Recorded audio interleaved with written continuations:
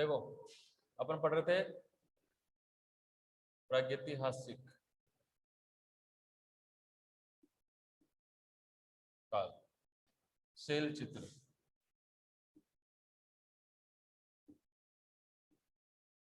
प्रागैतिहासिक शैल चित्र, ठीक है ना। तो प्रागैतिहासिक शैल चित्रों में अपन ने पढ़ा था कि कैसे प्रागैतिहासिक मानव था, जो आदि मानव था, उसने, मेरी आवाज आ रही है क्लियर सबको? यस सर आ रही है। और ये एक कौन है, इसको आ रही है? निकिता, आवाज आ रही है क्या? ठीक है। प्रागैतिहासिक शैल चित्र अपन पढ़ रहे हैं। तो प्रागैतिहासिक शैल चित्रों में अपन ने कल पढ़ा था, और कल ये पढ़ा था कि कैसे आदि मानव जो था उसने चित्र बनाए,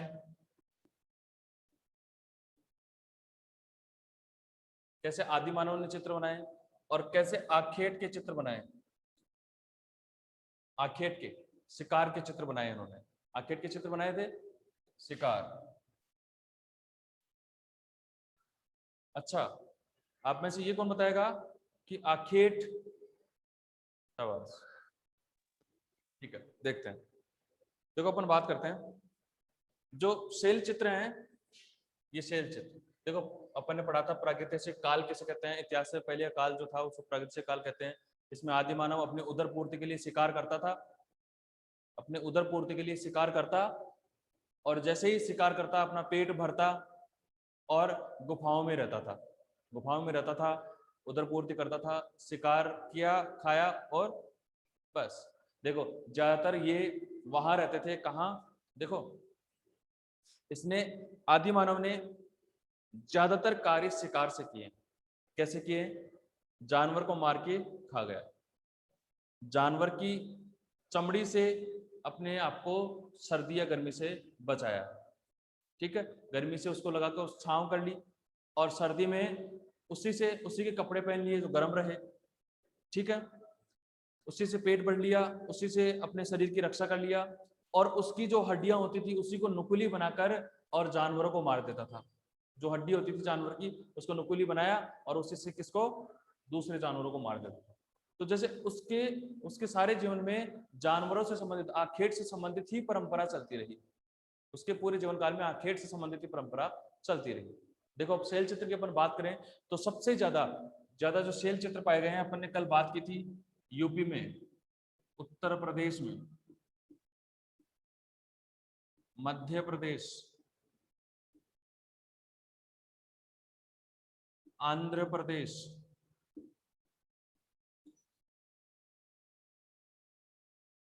बिहार, महाराष्ट्र, कर्नाटक, कुछ चित्र, शाबाश, कुछ चित्र महाराष्ट्र,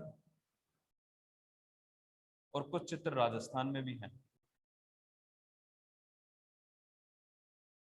ज्यादातर आपको याद रखना है उत्तर प्रदेश, मध्य प्रदेश, आंध्र प्रदेश और बिहार, ज्यादातर यहां तक याद रखना है, क्योंकि ज्यादातर आपको यहीं तक पूछा जाएगा। उत्तर प्रदेश, मध्य प्रदेश, आंध्र प्रदेश, ये जो सब अब जुड़ रहे हैं, ये थोड़ा जल्दी जुड़ा करो।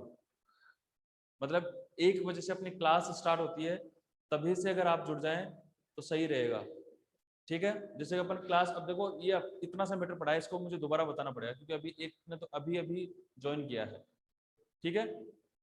तो थोड़ा सा ध्यान रखो आप, और टाइम पे 1:02-3 तक तो आप जुड़ ही जाएं किसी भी हालत में, ठीक है। तो प्रागैतिहासिक शैल चित्र, प्रागैतिहासिक काल की बात कर रहे थे। प्रागैतिहासिक काल किसे कहते हैं? जो इतिहास से पहले का काल है उसे प्रागैतिहासिक काल कहते हैं। आज इसके आपको नोट्स मिल जाएंगे, ठीक है।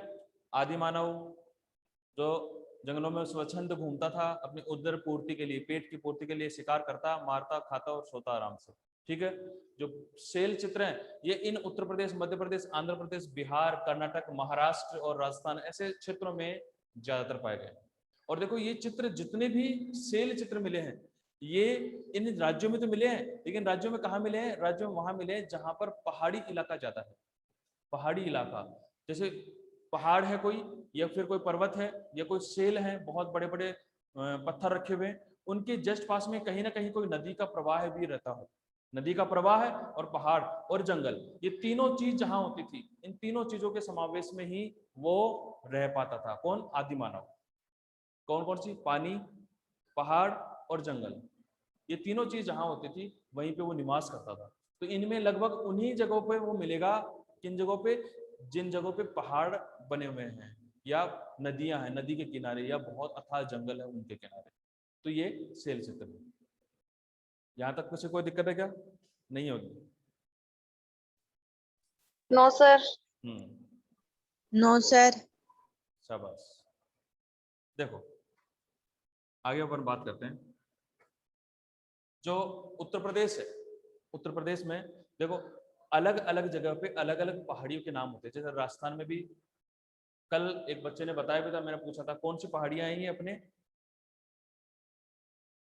अरावली। हाँ, जो अपने राजस्थान में जो पहाड़ियां हैं, विस्तार है, जयपुर, सीकर, झुंझुनू साइड में जो भी पहाड़ी क्षेत्र आता है, वो अरावली के अवशेष है, अरावली पर्वत श्रृंखला के अवशेष है। तो जैसे अपने राजस्थान में अरावली पर्वत श्रृंखला है, वैसे उत्तराखंड में कुमाऊं की पहाड़ी है। उत्तराखंड, एक उत्तराखंड भी आएगा इसमें, कर्नाटक नहीं है, उत्तराखंड है। उत्तराखंड में कमाऊ, कमाऊ की पहाड़ी है। उत्तराखंड पहुंचिए, कमाऊ की पहाड़ियां हैं। इन कमाऊ की पहाड़ियों में भी क्या है? प्रागैतिहासिक शैल चित्र प्राप्त हुए हैं। अब जैसे उत्तर प्रदेश में कौन से हैं? सॉरी, मध्य प्रदेश में विंध्याचल, विंध्याचल की पहाड़ियां मध्य प्रदेश में है, विंध्याचल की पहाड़ियां। और जैसे उत्तर प्रदेश में कैमूर की पहाड़ियां, राजस्थान में अरावली की पहाड़ियां। ये पहाड़ियों के नाम हैं, ठीक है। ऐसे आंध्र प्रदेश में भी कुछ अरावली के अवशेष हैं, तो उसमें भी अरावली के लगभग, ये बिहार में भी ये विंध्याचल और अरावली का अवशेष है। तो ये तो सब कॉमन है, लेकिन इनको सबको याद रखना है अपने को। उत्तर प्रदेश में कैमूर की पहाड़ियां, मध्य प्रदेश में विंध्याचल की पहाड़ियां, उत्तराखंड में कमाऊ की पहाड़ियां और राजस्थान में अरावली की पहाड़ियां। इनमें लगभग शैल चित्र अपने को प्राप्त हुए हैं। शैल चित्र, पत्थरों पे बने हुए चित्र प्राप्त हुए हैं। इनका निर्माण किसने किया था? आदि मानव ने। क्यों किया था? अपने आप को सुरक्षित महसूस करने के लिए, अपने आप को प्रफुल्लित, आमोद प्रमोद, खुशी महसूस करने के लिए, खुशहाली महसूस करने के लिए, या किसी आत्मा का के साये से बचने के लिए इन्होंने इन चित्रों का निर्माण किया था। यहां तक लगभग किसी कोई दिक्कत नहीं है, ठीक है। देखो इस समय के चित्रों को मैंने कल बताया था 3 श्रेणी में बांटा गया है। कौन कौन सी? मानव चित्रण, पशु चित्रण और ज्यामितीय चित्र। मानव चित्र, पशु चित्र और ज्यामितीय चित्र, इन तीनों का चित्रांकन ही इन पहाड़ियों में सबसे ज्यादा हुआ है। मानव का चित्र बना है, पशुओं का चित्र बना है, और ज्यामितीय चित्र जो अपने जादू टोने से संबंधित चित्र हैं, उनके चित्र अधिक बने हैं। तो यहाँ तक भी आपको मेरे हिसाब से कोई दिक्कत नहीं होगी। एक अपन ने बात की थी कल ही कि इसमें काले, लाल और सफेद रंग का प्रयोग बहुत ज्यादा हुआ था। काला, सफेद और लाल, सबसे ज्यादा रंगों का इसमें प्रयोग हुआ था, ठीक है।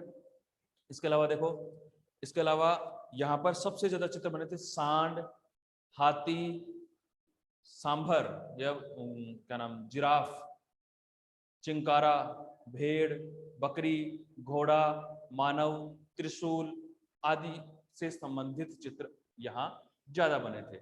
इनको ज्यादातर याद रखने की जरूरत, अब देखो याद कब रखोगे आप? जो मोस्ट बात है वो मैं याद करवा दूंगा, जो रेगुलर चलती आ रही है वो आप नोट्स में पढ़ लेना।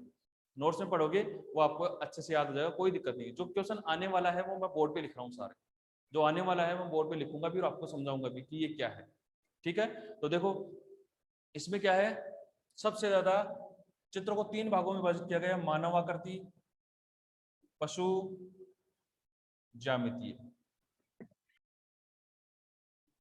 ज्यामितीय आकृति 3 भागों में बांटा गया है। अब 3 भाग तो ये हैं, बाकी पहाड़ियां ये हैं, राज्य ये हैं। आदि मानव प्रागैतिहासिक काल में रहता था, आखेट इसका मुख्य विषय है। कभी भी पूछ लिया जाए प्रागैतिहासिक काल का मुख्य विषय क्या है, आखेट। प्रागैतिहासिक काल का समय क्या है? 50,000 से 5,000 ईसा पूर्व। ईसा पूर्व 50,000 से 5,000 ईसा पूर्व इसका समय माना जाता है। सही है, कोई दिक्कत नहीं होनी चाहिए। देखो इसके अलावा अपन बात कर रहे थे, कहां तक पहुंच गए थे अपन? ये सब पढ़ के अपन पहुंचे थे मध्य प्रदेश में। और मध्य प्रदेश का पढ़ रहे थे अपन टॉपिक कौन सा? भीमबेटका। भीमबेटका एक जिला है मध्य प्रदेश का। इसके बारे में अपन अध्ययन कर रहे थे भीमबेटका में, कि भीमबेटका में क्या था, इसका जो इसमें जो चित्र बने हैं वो क्या है, ये सब अपन पढ़ रहे हैं। तो देखो भीमबेटका जो कहाँ स्थित है? मध्य प्रदेश में। भीमबेटका कहाँ है? एमपी में, मध्य प्रदेश में। और मध्य प्रदेश की राजधानी है भोपाल। भोपाल से लगभग 40 किलोमीटर दूर भीमबेटका स्थित है। 40 किलोमीटर दूर भीमबेटका नामक जिला स्थित है। कहाँ पे? मध्य प्रदेश में। मध्य प्रदेश में कहाँ से? भोपाल से 40 किलोमीटर दूर एक भीमबेटका शहर कस्बा स्थित है। इसकी खोज 1957-58 में डॉक्टर वीएस वाकरकर ने की थी। इसकी खोज कब की थी? 1957-58 में डॉक्टर वीएस वाकणकर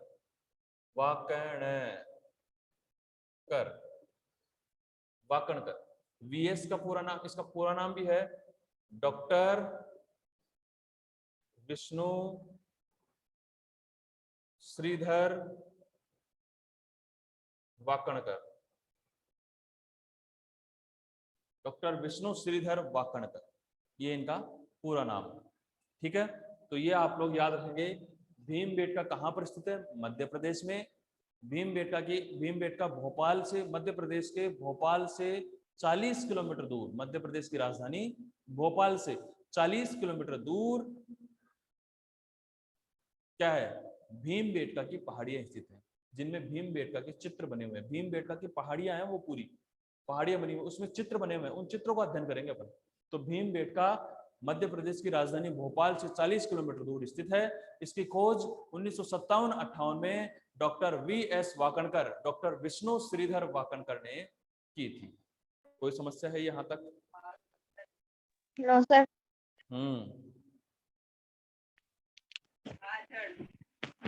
ठीक है, देखो इसके भीमबेटका में जो चित्र बने हैं, आप सब लोग देखो, अभी और भी जुड़े हैं। मैं सबको कह रहा हूँ, आप सब लोग जब क्लास शुरू होती है तभी जुड़े। बहुत लेट हो जाते हैं आप जुड़ते जुड़ते। सब लोग क्लास शुरू होती है तभी जुड़ना है सबको। देखो विषय, इसमें भीमबेटका में जो चित्र बने हुए हैं उनके मुख्य विषय कौन से हैं, उनकी बात कर रहे हैं अपन। भीमबेटका में जो चित्र बने हैं उनके मुख्य विषय हैं रोजमर्रा की जिंदगी, मतलब रोजाना जो जीवन काल में जो घटनाएं होती है, रोजमर्रा की जिंदगी है। धार्मिक जीवन से संबंधित भी है। सब म्यूट रहेंगे, सब म्यूट, अपने आप को म्यूट करके रखिए सब, है ना। कोई समस्या हो आप तुरंत पूछ सकते हैं मुझे, कोई दिक्कत नहीं है, लेकिन तब तक आप म्यूट रहेंगे। 1957-58 में डॉक्टर विष्णु श्रीधर वाकणकर ने इनकी खोज की थी। इनके विषय कि भीमबेटका में सबसे ज्यादा चित्र किससे संबंधित बने, तो वो बने रोजमर्रा की जिंदगी या रोजमर्रा की जो घटना है, रोज चलने वाली घटनाएं, उनसे संबंधित। धार्मिक, धर्म से संबंधित भी बने हैं। इसके अलावा नृत्य से संबंधित भी बने हैं, नाचते हुए आकृतियां बनाई गई है। ठीक है, इसके साथ यहाँ पर शिकार से संबंधित भी चित्र बने हैं। संगीत वाद्य बजाते हुए भी चित्रित यहाँ पे किया गया है। इसके अलावा इसमें यहाँ पे हाथी घोड़े आदि की सवारी करते हुए भी चित्रित किए गए हैं। कहने का मतलब भीमबेटका में आधुनिक काल के जैसे, भीमबेटका में आधुनिक काल के जैसे चित्रों का निर्माण हुआ है। यहाँ पर वापस बोल रहा हूँ एक बार, भीमबेटका मध्य प्रदेश की राजधानी भोपाल से 40 किलोमीटर दूर स्थित है। 1957-58 में डॉक्टर विष्णु श्रीधर वाकणकर ने इसकी खोज की थी। यहाँ पर रोजमर्रा की जिंदगी से संबंधित चित्र बने हैं, यहाँ पर शिकार से संबंधित चित्र बने हैं, यहाँ पे धर्म से संबंधित चित्र बने हैं, यहाँ पर हाथी घोड़े की सवारी करते हुए चित्रित हुआ है, यहाँ पर कुछ आकृतियों को नृत्य करते हुए भी चित्रित किया गया है। कोई समस्या है यहाँ तक?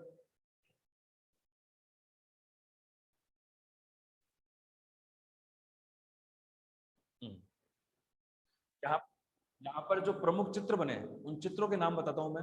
यहाँ पर जो प्रमुख चित्रों का निर्माण हुआ है वो है, पहला चित्र जानवरों की लड़ाई। यहाँ पर जानवरों की लड़ाई से संबंधित चित्र बना है। यहाँ पर शहद इकट्ठा करती हुई स्त्रियों का चित्र बना है। शहद इकट्ठा करती हुई मतलब किसी पेड़ पे शहद या मधुमक्खियों का छत्ता है, उसको उससे वो शहद इकट्ठा कर रही है। यहाँ पर साज सज्जा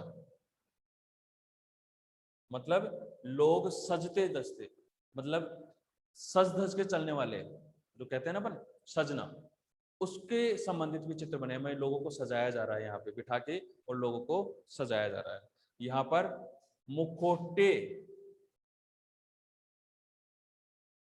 मुखौटे ये तो प्राप्त हुए हैं वहां से। वहां जब उसकी खोज हुई है भीमबेटका की तो वहां से अलग अलग मुखौटे, जैसे कई बार देखा होगा आपने मुखौटे लगा लेते हैं, वो एक मुखौटा सा बना हुआ आता है वो लगा लेते हैं। और किसी मूवीज वगैरह में देखा होगा आप लोगों ने मुखौटा लगा लेते हैं, वो मुखौटा यहाँ से प्राप्त हुआ है भीमबेटका से। और बहुत से मुखौटे प्राप्त हुए हैं, तो यहाँ पर मुखौटा का भी चित्रांकन अत्यधिक मात्रा में हुआ है। ठीक है, अब यहां से अपन बात करते हैं भीमबेटका। देखो ये चारों चित्र आप अच्छे से याद रखेंगे, भीमबेटका के चित्र हैं ये।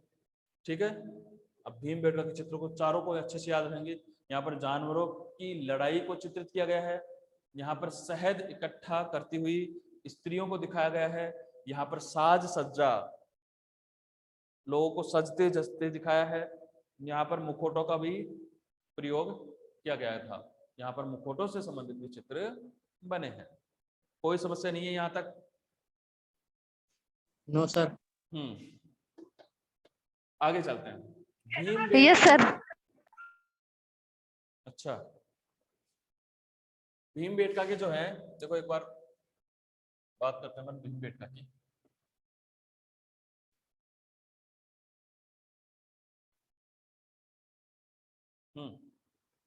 भीमबेटका के देखो, भीमबेटका की कहाँ स्थित है? मध्य प्रदेश में, भोपाल राजधानी है,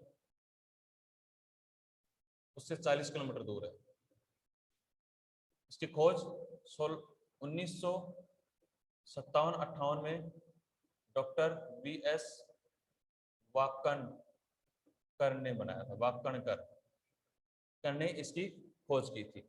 यहाँ पर बहुत से चित्र प्राप्त हुए हैं, जैसे शहद इकट्ठा करते हुए, तो वो चित्र भी अपन देख लेंगे। शहद इकट्ठा करते हुए स्त्रियां, ठीक है, पशुओं की लड़ाई का भी चित्रांकन हुआ है। तो ये जो चित्र बने हुए हैं यहाँ पर, इनका भी अपन देख लेंगे, लिखा है मैंने। अब बात करते हैं अपन भीमबेटका के जो चित्र हैं, जो आज तक भीमबेटका के चित्र बने हुए हैं, उन चित्रों को 3 भागों में विभाजित किया गया है। उत्तर, मध्य और ताम्र, पूरा पाषाण।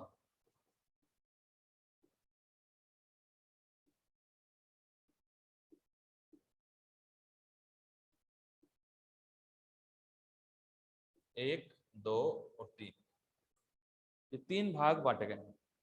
ठीक है, तो 3 भाग जो भीमबेटका के चित्रों के बांटे गए हैं, इनके बारे में अपन थोड़ा थोड़ा देखेंगे। ये क्या है सर? साफ क्या क्या बोल रहे हैं? साफ नहीं दिख रहा। साफ नहीं दिख रहा? हाँ। अच्छा, दोबारा लिखूं, बड़े लिखूं थोड़े? नहीं सर, वैसे नहीं दिखा ऐसा है। तो दिख, थोड़ा बहुत तो दिख ही रहा होगा। नहीं। भीमबेटका, भीमबेटका की बात करी थी अपन ने। भीमबेटका मध्य प्रदेश में, अब इतने तो बड़े लिखने पड़ेंगे। मध्य प्रदेश की राजधानी है भोपाल, उससे 40 किलोमीटर दूर स्थित है। अब तो दिख रहा होगा साफ स्पष्ट, ठीक है। 40 किलोमीटर दूर स्थित है भीमबेटका, मध्य प्रदेश की राजधानी भोपाल से 40 किलोमीटर दूर स्थित है। इसमें इसकी खोज 1957-58 में डॉक्टर विष्णु श्रीधर वाकणकर, डॉक्टर विष्णु श्रीधर वाकणकर ने की थी, ठीक है। 1957-58 में डॉक्टर विष्णु श्रीधर वाकणकर ने इसकी खोज की थी। इसमें शहद इकट्ठा करते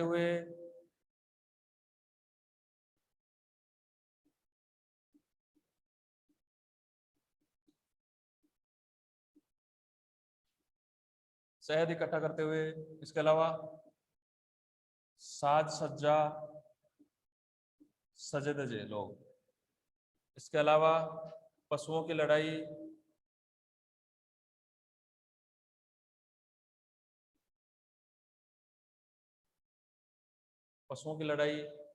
और ये जो सारे चित्र थे।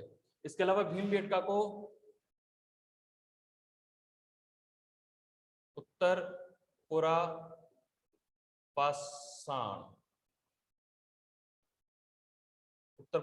काल, मध्य पुरा पाषाण काल, ताम्र पुरा पाषाण काल, इन 3 भागों में विभाजित किया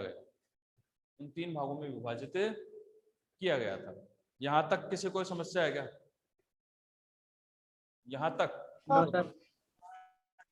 ना इसमें से आपको ज्यादा भी नहीं तो 5 क्वेश्चन जरूर पूछे जाते हैं, ज्यादातर 5 क्वेश्चन पूछे जाते हैं। भीमबेटका कहाँ स्थित है? भीमबेटका की खोज किसने की थी? 1 नंबर। 2 नंबर, भीमबेटका की खोज किसने की थी? ऐसे ही क्वेश्चन घुमा के भीमबेटका की खोज कब व किसने की थी, ठीक है। इसके अलावा शहद इकट्ठा करते हुए चित्र कहाँ पे चित्रित है? प्रागैतिहासिक चित्र कहाँ चित्रित है? एक, पशुओं की लड़ाई अत्यधिक मात्रा में कहाँ चित्रित हुई है? भीमबेटका में। भीमबेटका को चित्रांकन के आधार पर कितने भागों में बांटा गया है? 3 भागों में। नाम लिखिए, उत्तर पाषाण काल, मध्य पाषाण काल और ताम्र पाषाण काल, ठीक है। तो ये 5 क्वेश्चन यहाँ पे अपने सॉल्व होते हैं। कोई समस्या? देखो आगे, यहां तक कोई समस्या नहीं होगी। देखते हैं आगे, बात करते हैं। देखो, उत्तर पाषाण काल की बात करते हैं। उत्तर पाषाण काल क्या था, इसकी बात करते हैं पहले। उत्तर पाषाण काल में जो चित्र थे, उन चित्रों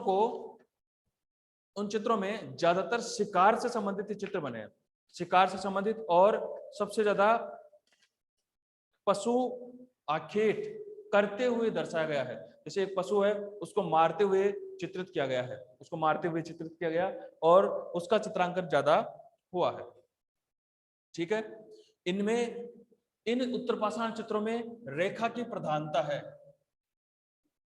रेखा की प्रधानता कैसे है? रेखा की प्रधानता मतलब कोई भी चित्र बनाया इन्होंने तो मोटी रेखाओं से बनाया है। किसी भी चित्र का निर्माण किया है इन्होंने तो मोटी रेखाओं के द्वारा ही इस चित्र का निर्माण किया, मतलब बहुत बारीक रेखांकन इन्होंने नहीं किया,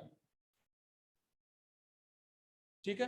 बहुत मोटी रेखाओं का इन्होंने निर्माण किया, ऐसा नहीं है बिल्कुल हल्की सी रेखाएं बना दी, नहीं, मोटी रेखाओं का निर्माण किया। तो रेखा की प्रधानता है कौन से चित्रों में? उत्तर पुरा पाषाण काल, मतलब सबसे पहले जो शुरू हुआ था, उसको उत्तर पाषाण काल, बीच वाले को मध्य पाषाण काल, और जो लगभग आधुनिक है वो ताम्र पुरा पाषाण काल आता है।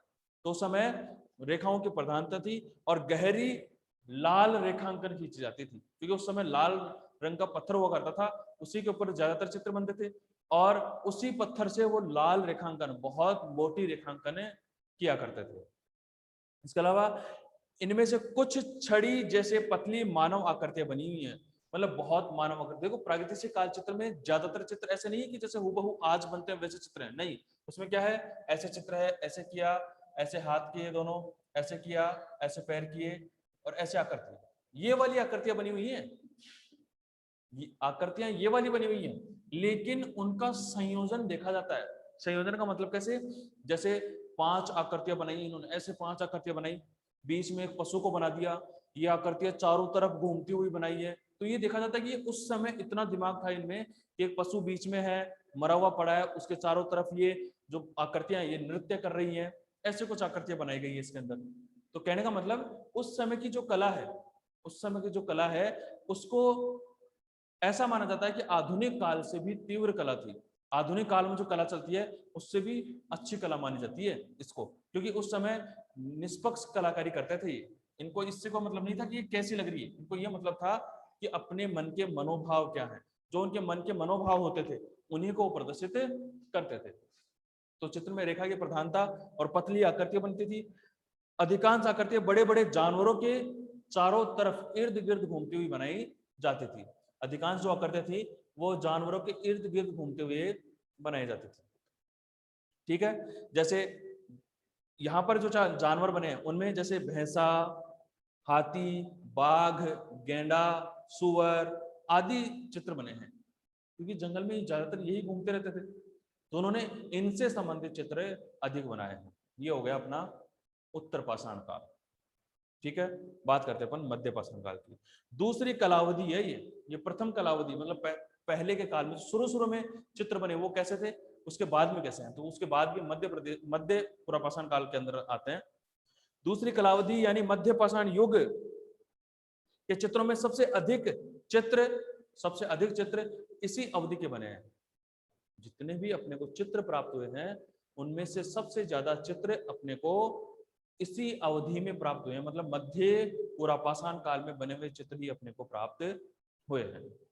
ठीक है, इसके अलावा यहाँ पर शिकार करते हुए, शिकार करके शिकार के चारों तरफ नृत्य करते हुए समूह को चित्रित किया गया है, समूह को दिखाया गया है। इसके अलावा यहाँ पर कांटेदार भाले बनाए गए हैं, कांटेदार तिकोने भाले बनाए गए हैं, मतलब जितने भी इस समय के चित्र प्राप्त हुए हैं उनमें भालों का अंकन भी किया गया है। इनके नोट्स जब मैं भेजूंगा आपको तो नोट्स सटीक नोट्स वाइज पढ़ेंगे आप तो आपको बहुत अच्छा लगेगा। मैं जो सिर्फ पॉइंट जो मोस्ट बात है वही बता रहा हूँ आपको, क्योंकि क्लास में अपन चैप्टर पढ़ के नहीं बता सकते पूरा भाई ये चैप्टर ऐसा आपको हो गया, ऐसा नहीं है। इसमें तो सिर्फ जो आपको अति महत्वपूर्ण लगता है वही अपन बता सकते हैं। ठीक है, तो देखो शिकारियों को साधारण कपड़े गहने पहने हुए चित्रित किया गया है। जैसे कोई शिकार पे निकला हुआ है और शिकार पे निकले हुए का चित्रांकन किया गया है, तो उस चित्रांकन में गहरे मतलब गहने पहने और गहरे लाल रंग से उनको चित्रांकन किया गया है। कहने का मतलब जो भी शिकारी होते थे उनका इसमें जो चित्रांकन हुआ है वो बहुत क्या लाल रंग से बनाए गए हैं और उनको गहने पहने हुए चित्रित किया गया है। ठीक है, यह मध्य पुरापाषाण काल। इसमें कोई किसी यहां तक किसी को कोई समस्या थोड़ी है? No sir. किसी को कोई समस्या नहीं है यहां तक? No sir.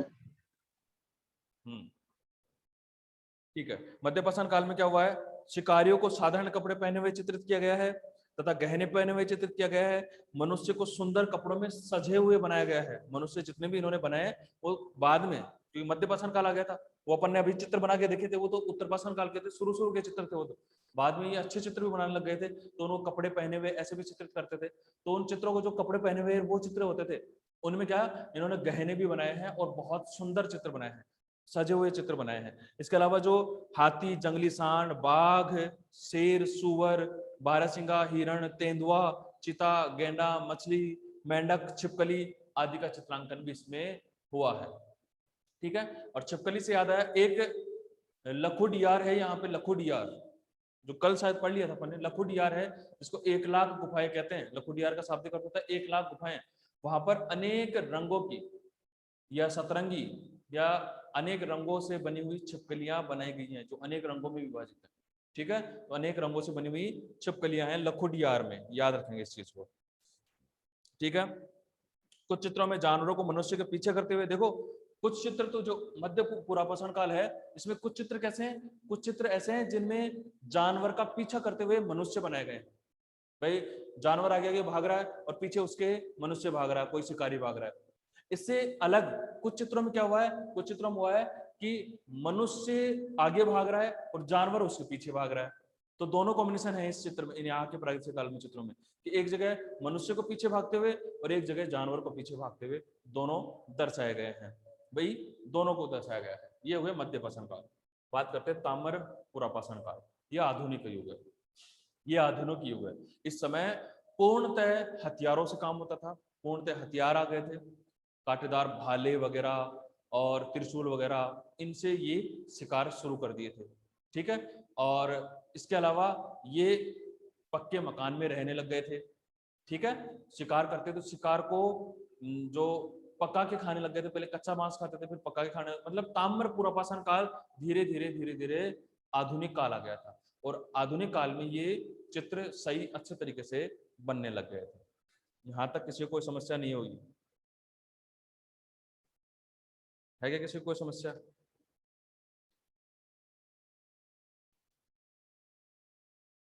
नहीं होगी? ठीक है, देखो मध्य पाषाण का, उत्तर पाषाण काल, मध्य पाषाण काल, ताम्र पाषाण काल, इन तीनों की एक एक विशेषता पढ़ते हैं अपन, क्योंकि बहुत बार पूछा जाता है एक एक विशेषताएं। 4 मिनट बचे हैं अभी। ठीक है, तो अपन इसकी विशेषताएं कर लेते हैं। उत्तर पाषाण काल, उत्तर पाषाण काल में क्या था? उत्तर पाषाण काल की विशेषता, मध्य पाषाण, कई बार पूछ लेता है भीमबेटका के बने हुए चित्रों में उत्तर पुरापाषाण काल की 2 विशेषताएं या 1 विशेषताएं लिखिए, या केवल विशेषता लिखिए। मध्य पुरापाषाण काल भीमबेटका में बने चित्रों के, मध्य पाषाण काल को, भीमबेटका में बने चित्रों के मध्य पाषाण काल को, मध्य पाषाण काल की एक विशेषता लिखिए। तो ऐसे विशेषताओं को भी पूछा जा सकता है। ठीक है, ऐसी विशेषताओं को कई बार पूछा जाता है। ठीक है, एक एक विशेषता पढ़ लेते हैं। देखो विशेषता है उत्तर पुरापाषाण काल। उत्तर पुरापाषाण काल में क्या पढ़ा अपन ने? एक सबसे बड़ी विशेषता, इस समय जितने भी चित्र बने हैं उनमें रेखा की प्रधानता हुई है। इस समय जितने भी चित्र बने हैं उनमें रेखा की प्रधानता हुई है। याद रखेंगे इस बात को। उत्तर पुरापाषाण काल की सबसे मुख्य बात है और सबसे मुख्य विशेषता है। इसके बाद में आती है मध्य पुरापाषाण। मध्य पुरापाषाण काल की विशेषताओं में अपन सबसे बड़ी विशेषता लगेंगे, इस समय आधुनिक चित्रों का समावेश हो चुका था। मतलब जैसे आजकल चित्र बनते हैं वैसे चित्र बनने लग गए थे, आधुनिक चित्रों का समावेश हुआ था। और कुछ चित्रों में मनुष्य जानवरों के पीछे और कुछ चित्रों में जानवर मनुष्य के पीछे भागते हुए दौड़ते हुए चित्रित किया गया है। ये इसकी एक विशेषता होगी। ताम्र पाषाण काल, ताम्र पुरापाषाण काल की विशेष सबसे बड़ी विशेषता, इसमें आधुनिक चित्रों का समावेश होकर नवनिर्मित चित्र बनने लग गए थे। मतलब आधुनिक चित्र बनने लग गए थे इसमें, आधुनिक चित्रों का निर्माण होने लग गया था इसमें। ठीक है, ये समझ में आ गया होगा यहाँ तक?